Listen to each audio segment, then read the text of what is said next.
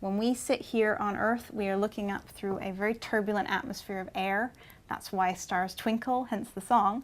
So normally on Earth, we build our telescopes as high up above this atmosphere as we can. For example, the ones in La Palma are built at an altitude of several thousand meters above sea level, which is a good fraction of the way through the atmosphere. And so the air is still, it's not as turbulent, you're above a lot of the clouds, there's lots of benefits to building your telescope there, but you're still not all the way. If you build a telescope and put it into space, you remove all of these problems. We tend to measure telescopes in terms of their diameter, of their primary mirror. The largest optical telescopes on Earth are now pushing 10 meters. We're planning a telescope that will be close to 40 meters in diameter. By comparison, Hubble's pretty small. It's only 2.4 meters in diameter in terms of its primary mirror. But what's so special is the quality of that mirror. That mirror was engineered to be so perfectly optically smooth that if you took this 2.4 meter diameter mirror, scaled it up to the radius of the Earth, the largest bumps on that surface would only be 6 inches high. It's an incredibly smooth and well-ground mirror. Of course, the problem with it was 5, 4, 3, 2, 1, and liftoff of the Space Shuttle Discovery with the Hubble Space Telescope, our window on the universe. Any of our viewers who remember when the Hubble Space Telescope was launched back in 1990 will remember what an utter disaster it was, because they switched it on, they pointed it at some stars, and the images that came back were all fuzzy. And that was because, as well ground as this mirror had been, it had been ground to slightly the wrong shape. It was too flat by 2 microns. That's 1/50th of the diameter of a human hair. And this tiny little mistake was enough to render this billion-dollar space telescope essentially useless, at least in its early years. It was a huge disappointment and a huge public relations disaster, a huge waste of taxpayers' money.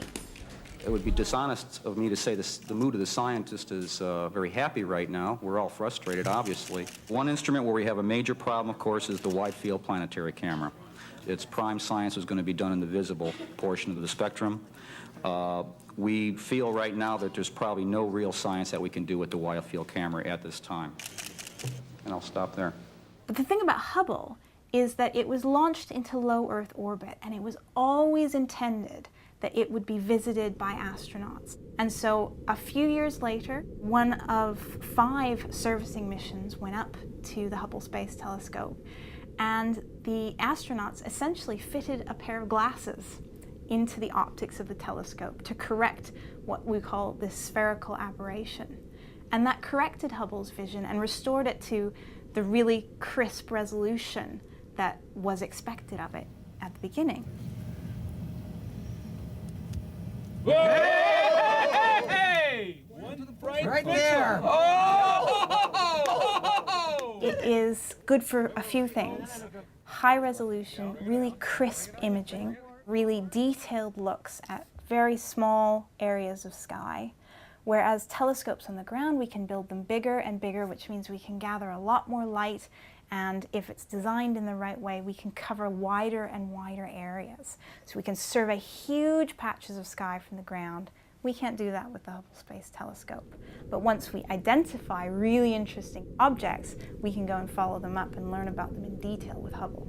It draws its power from these 2 solar arrays, so it gets its power from the sun. It has batteries that carry the charge, but those servicing missions have been necessary to replace some of the very old technology. You know, we're talking about originally 1970s technology in the computers and in the batteries, and keep it up to date. So it doesn't have an unlimited lifetime, and it probably is expected to be shut down in the next couple of years.